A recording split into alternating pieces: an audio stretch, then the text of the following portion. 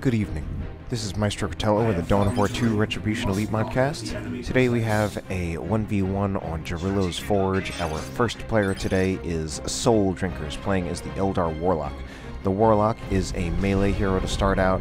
He can become rather tanky, or you can choose to emphasize more of a spellcasting route with the Warlock, and getting things like the Immolator Blade or the Warp Throw and stuff like that. His opponent is, I don't actually know how to say this guy's name. I kind of say it in my head as Unelmat. I don't know if that's how you really say it, but that's how I'm going to say it. I don't know. It sounds wrong, but anyway, he's playing as the Chaos Lord. The Chaos Lord is a tanky melee hero, definitely a tanky melee hero. Also has a little bit of range firepower with that Twin Link Bolter, and especially if you get the Combi Flamer, and certainly has plenty of melee power as well if you choose to get an upgraded weapon for him. Support structure complete. So I believe this is a 1v1 ranked game from Beta 8. We have some players right here. Soul Drinkers, usually a retail player, but he's been coming on to Elite, and he's pretty damn good.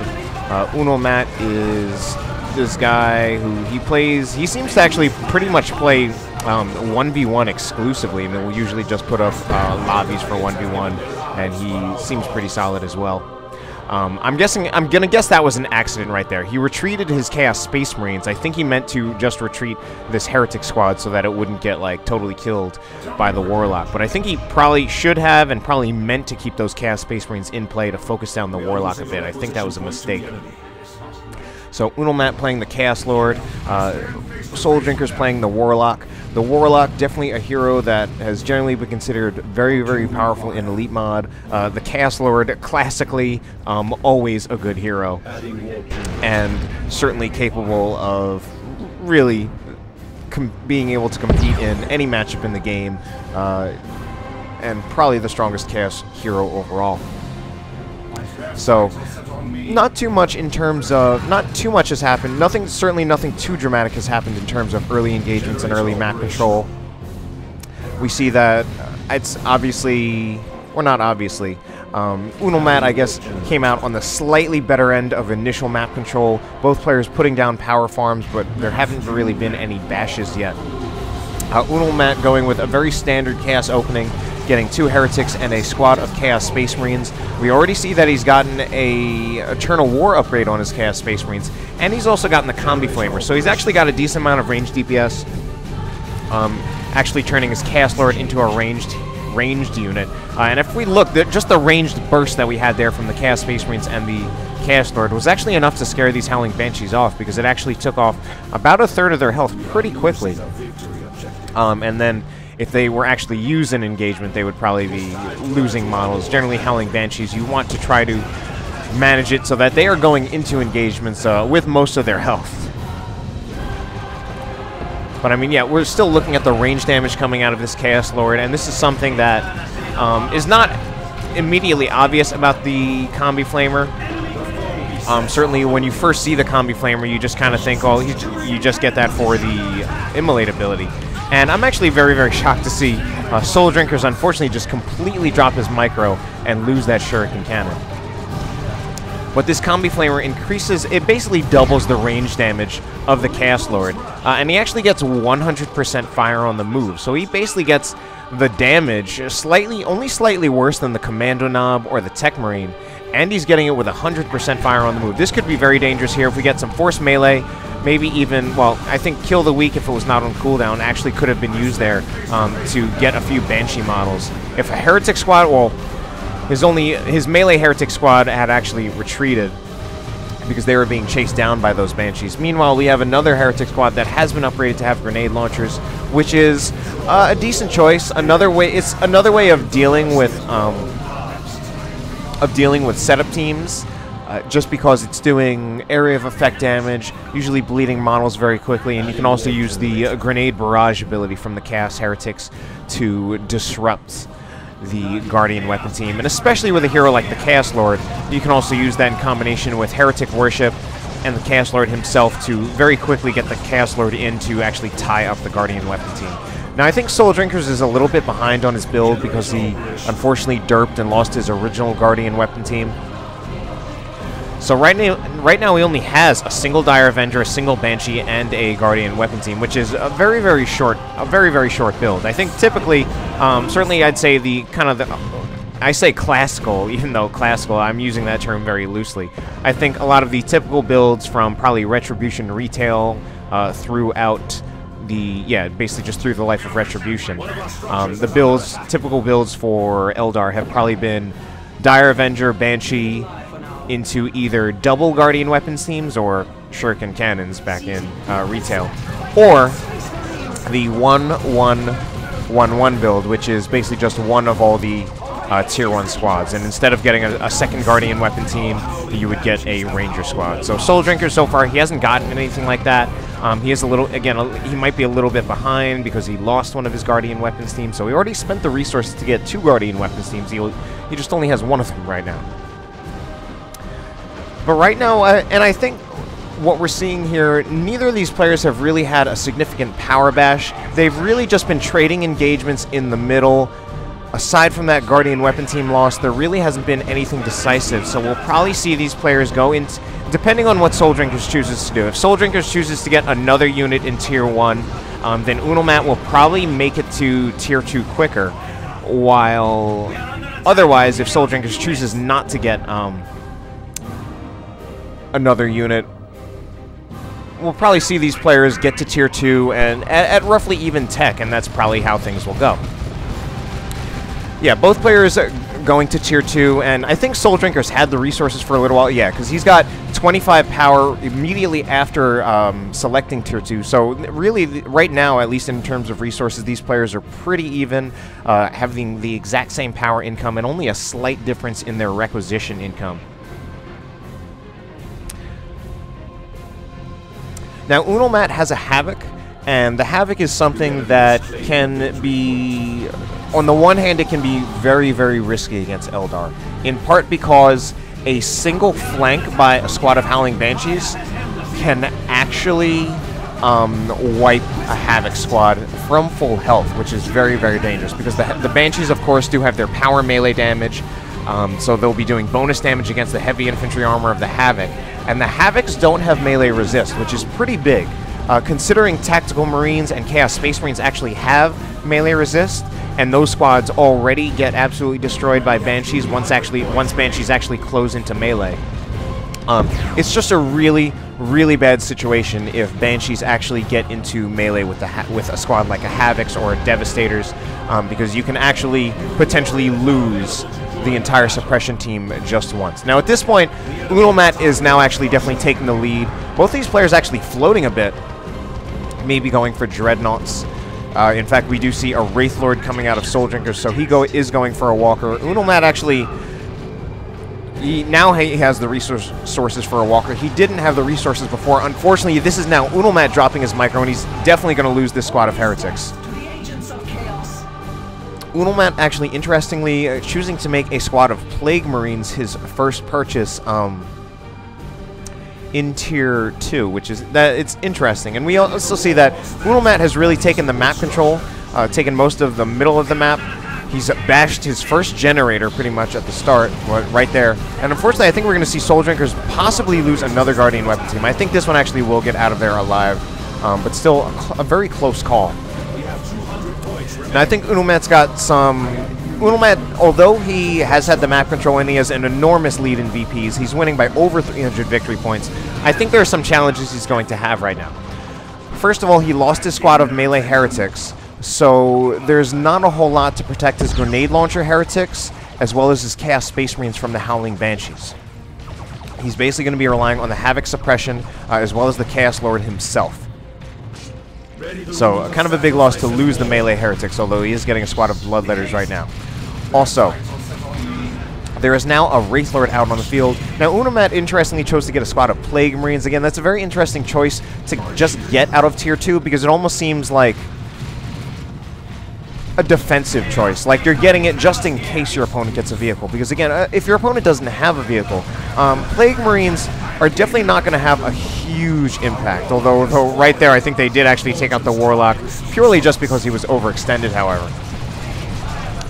The Plague Marines, aren't doing a whole lot of damage to infantry. I believe they can actually win against Dire Avengers, but they're still not that exactly great at this purpose. And definitely just out of what you can get in Tier 2, out of all the squads you can get in Tier 2, a Plague Marine is definitely a squad with the least impact, the least potential impact, unless you were specifically getting it to deal with a vehicle. He chose to get the Plague Marines, even though he didn't yet see what Soul Drinkers was going to get. So he may have just been playing, like, just in case. He wants to have it, just in case he has to deal with a vehicle. But it's a choice that is actually, it can be really unimpressive, and you can really come to regret that choice if your opponent actually doesn't get a vehicle, because you actually won't be doing a whole lot. But that being said, Unelmat is doing so well on resources apparently that right after getting his Plague Marines, he just straight up and bought 2 more squads. He did get a Mark of Tzeentch Havoc, so unfortunately this Havoc I think is not even set up and it's just kind of idling there. So he does actually have quite a bit in terms of AV now, having 2 sources of ranged AV, both of which snare. So Soul Drinkers will definitely have to be a little careful with the Havoc at this point.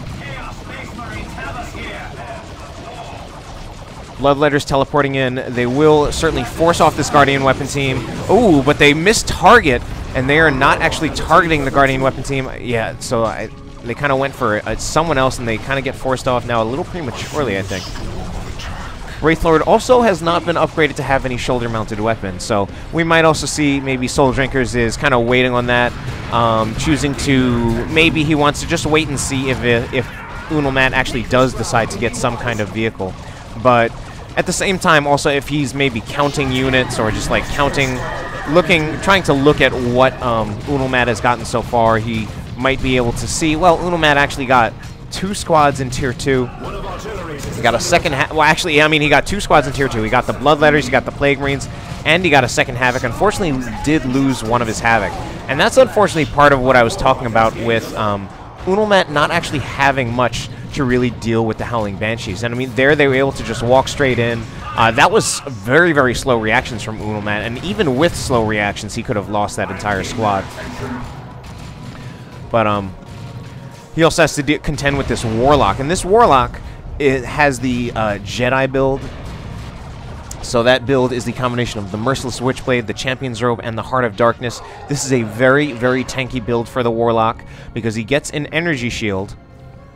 First of all, the Champion's Robe increases his health, so he actually has something like about 800 health when you get this upgrade. Then it also gives him an energy shield, so he can use his energy to actually absorb damage. And it has, I believe, it's weird. I used to play the Warlock, and I feel like I should know this. I'm pretty sure it's a 5-to-1 energy conversion ratio. Unfortunately, I think this is going to be a dead Wraithlord right here. 1 more missile shot should do it. Actually, I think 1 more missile shot won't do it. Yeah, I just remembered. It looked like it just from looking at the bar, but then I remembered that Plague Marines do 130 damage with their missile, and this Wraithlord had about 148 health, so it was close. And I think a las cannon shot, a single las cannon shot would have finished it off. And I mean, right now, Soul Drinkers is just not in a good position with his Wraithlord. I think he's going to get it out of there, though. And I think at this point, Unelmat probably has Havocs on Overwatch because he got a 3rd Havoc.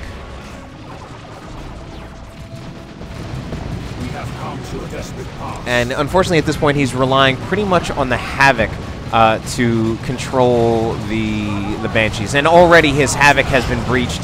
The Warlock was able to get in there. And this is actually a really bad situation for Unelmat. I think Unelmat's going to lose a lot of things right here. If he turns around, goes for the Chaos Lord, he will get the Chaos Lord. If he just goes for the Chaos Lord with the Banshees, he'll be able to take out the Chaos Lord definitely.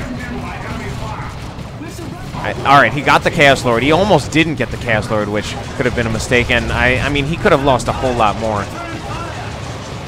Meanwhile, we also have these Plague Marines also significantly overextended, just taking Shuriken Cannon Fire, and the Plague Marines are probably going to go down. Sword Swipe right there, and now Unelmat has certainly has less AV than before, and unfortunately, well, I mean, it's a good thing that he was able to kill one of those Wraithlords, but overall right now, Unelmat has been struggling, and to be honest, not playing terribly well. His micro has definitely been failing him, as well as the fact that I think compositionally, he just hasn't really been doing very well to control the melee coming out of Soul Drinkers. And I mean, Soul Drinkers has had a smaller army pretty much in the entire game. But, alright, at this point, Unelmat definitely has Havocs on Overwatch, and yeah, fortunately he notices it, and at this point, I guess, cancels it.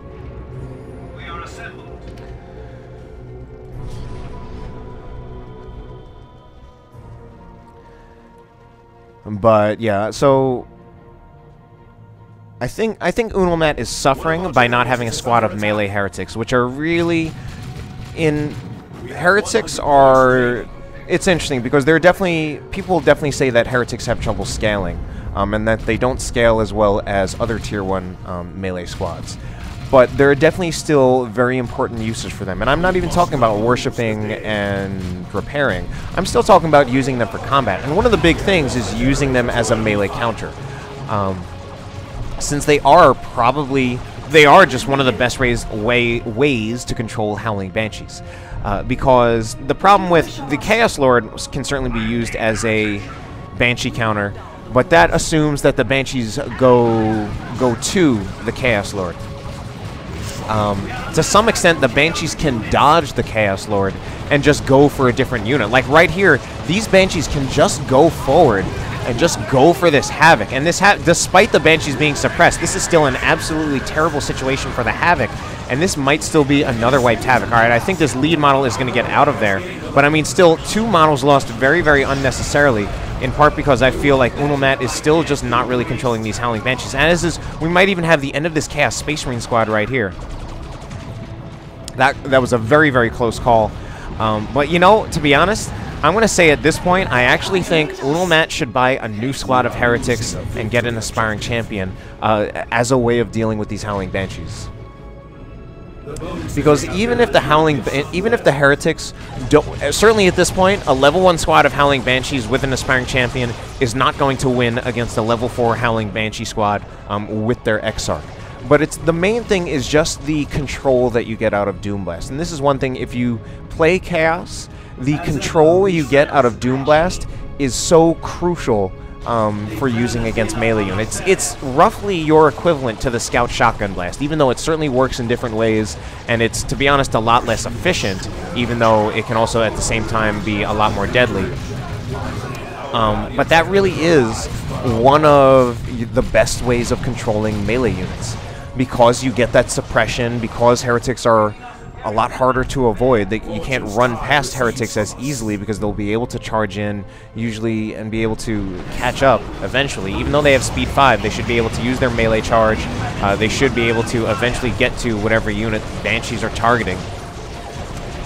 And if a squad like Banshees aren't actually targeting Heretics, then they actually are in a lot of trouble if they're not actually fighting the Heretics and just taking the damage without fighting back.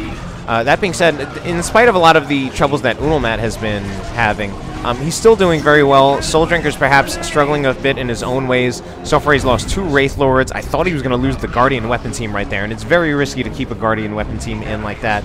And there are definitely times when you will see players, especially even high-level players, send a squad out with... they will actually send a squad out under strength. One of the reasons to do that is actually to save on resources. Because especially something like a Havoc does not actually need those extra models in order to have their full functionality. Since they get their full... Oh, that's going to be, I think, a wipe on this squad of Chaos Space Marines. I mean, wow, the Banshee's doing a whole lot of work in this game. I mean, there's so many things right here, and it's actually quite amazing the way... I mean, the way, to be honest, Unelmat is getting horribly overrun by fewer units, and it is in part that he's not doing what he needs to do to counter these units. And I mean, there are certainly arguments about like whether the game is about what you do versus how you do it. And certainly, I think I personally tend to focus a little too much on what you do instead of the how you do part, because the what you do is a lot like the choices you make, the composition, the units you get, the upgrades you get. The how you do is more like the micro, the timing. I would say positioning is a little bit of both how you do and what you do. But unfortunately, I think this was really a case of Soul Drinkers. I mean, not Soul Drinkers. Unelmat not really doing a lot of the right things in terms of the what you do. He really did not have the things that he needed to deal with things like the Howling Banshees or this Warlock. I mean, actually, he did get the Warlock down now, and I think that's in part because he now has this Dreadnought.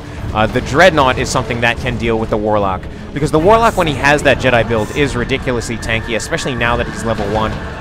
I mean, level 6. This is actually smart now. Unelmat now starting to use his globals. He's in tier 2, and to be honest, probably going to stay there for the rest of the game. But he did use the Bloodlust global,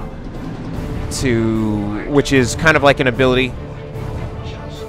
A global ability that functions very similarly to the Hammer Frenzy, or the hammer wind-up from that knobs get with their huge hammers, that they just start doing more damage the more they start winding up and hitting.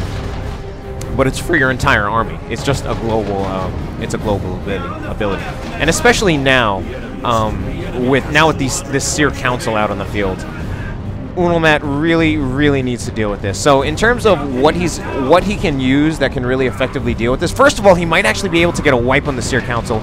Doomblast would really need Doomblast there, though. So I think, unfortunately, a missed opportunity, not getting Doomblast. We're going to see Force Melee, or not, we're not going to see Force Melee. So I think he actually had a chance to wipe that Seer Council squad. If he had Doomblasted with his Heretics, Force Melee'd with the Chaos Space Marines, I think he actually could have taken out that squad of Seer Council, so I think that was a bit of a missed opportunity. But good that we finally have this squad of Aspiring Champion Heretics, and, I mean, you even kind of need them to deal with something like the Seer Council, and the Seer Council are a squad that they are very clearly not winning against.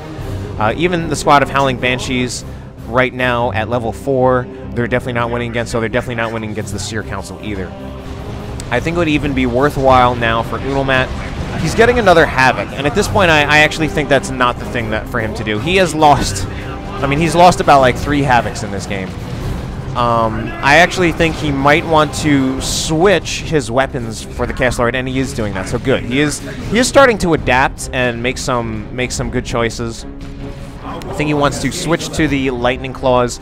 I would actually say he might not want to get the wow. I mean, this Warlock right now is going to be very tanky. If we just look at this Warlock, there's an Eldritch Storm, and oh no, Unelmat not reacting.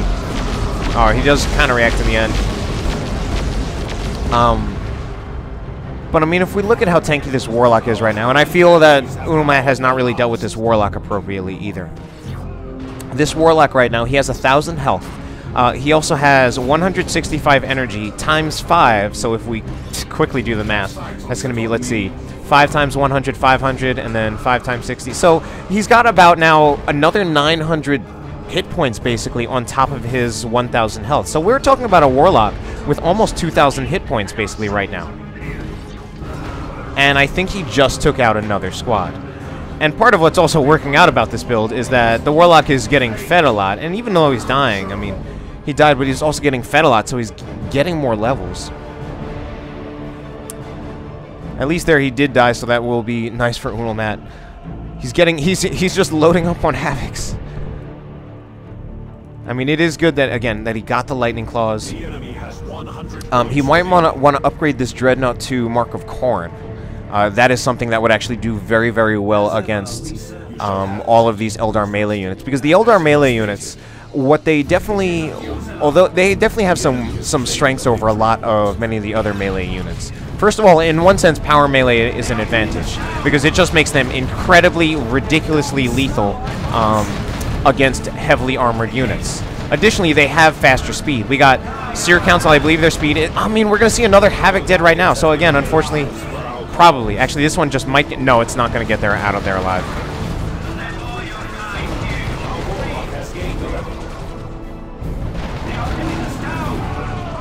And we're going to see the Squad of Heretics... Oh, the Squad of Heretics came very close. But yeah, I think we...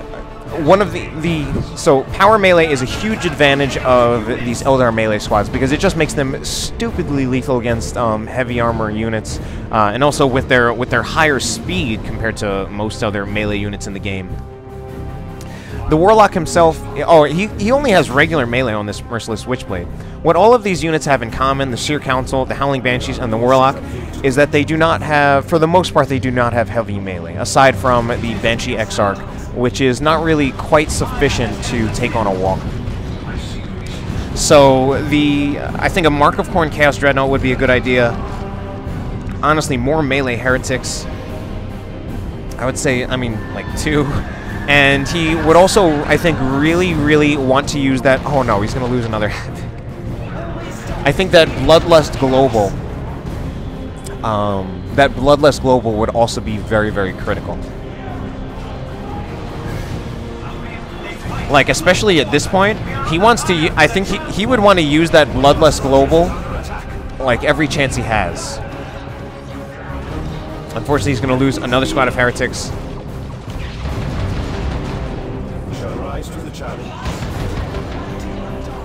I mean, unfortunately, at this point, with this Dreadnought not being a Khorne Dreadnought and it being so low on health, this actually will definitely die to the Howling Banshees. Alright, and at this point, I think this game is most likely... Oh, man. It's too hard to watch now. I would say this game is actually most likely going to go in favor of Soul Drinkers.